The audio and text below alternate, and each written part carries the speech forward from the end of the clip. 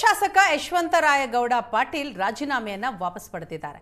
ಕ್ಷೇತ್ರದ ಜನರ ಭಾವನಾತ್ಮಕ ಮಾತುಗಳಿಗೆ ಸೋತು ರಾಜೀನಾಮೆಯನ್ನ ವಾಪಸ್ ಪಡೆದಿದೆ. ಯಾವ ಮಂತ್ರಿ ಸ್ಥಾನವೂ ಬೇಡ ಅಂತ ತೀರ್ಮಾನ ಮಾಡಿದ್ದೇನೆ ಅಂತ ಈಗ ಯಶವಂತರಾಯಗೌಡ ಪಾಟೀಲ್ ಅವರು ಹೇಳ್ತಿದ್ದಾರೆ. ಜೀವನದ ಕೊನೆಯ ದಿನವನ್ನು ಕಾಂಗ್ರೆಸ್ ಪಕ್ಷದಲ್ಲೇ ಕಳೀತೇನೆ. ನನಗೆ ಮಾತು ಕೊಟ್ಟಿದ್ರು ಇಲ್ವೋ ಅದು ಗಟ್ಟಿಯಾಗಿ ಕೇಳಿದ್ದೇನೆ. ವಿಜಯಪುರದಲ್ಲಿ ರಾಜೀನಾಮೆಯ ನಿರ್ಧಾರ ವಾಪಸ್ ಪಡೆದರು ಇಂಡಿ ಶಾಸಕ ಯಶವಂತರಾಯಗೌಡ ಪಾಟೀಲ್.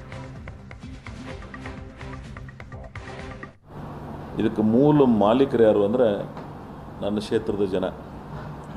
ನನ್ನ ಸುದೀರ್ಘ ರಾಜಕಾರಣದಲ್ಲಿ ನನ್ನ ಕುಟುಂಬಕ್ಕೆ 4 ಜಿಲ್ಲಾ ಪಂಚಾಯತ್ 4 ಅಸೆಂಬ್ಲಿ ಮತ ಹಾಕಿರ್ತಕ್ಕಂಥವ್ರು. ಅವರು ಕೊನೆಗೆ ಅವ್ರ ನಿರ್ಣಯ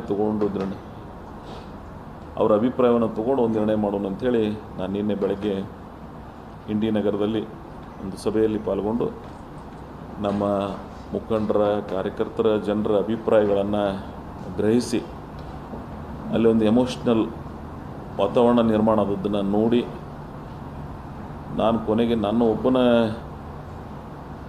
ವಿಚಾರಕ್ಕೆ ಇಷ್ಟೆಲ್ಲ ಜನರಿಗೆ ಮನಸ್ಸು ನೋಯಿಸೋದು ಬೇಡಪ್ಪ ಅಂತಕ್ಕಂಥ ವಿಚಾರ ಇಟ್ಕೊಂಡು ಕೊನೆಗೆ ನಾನು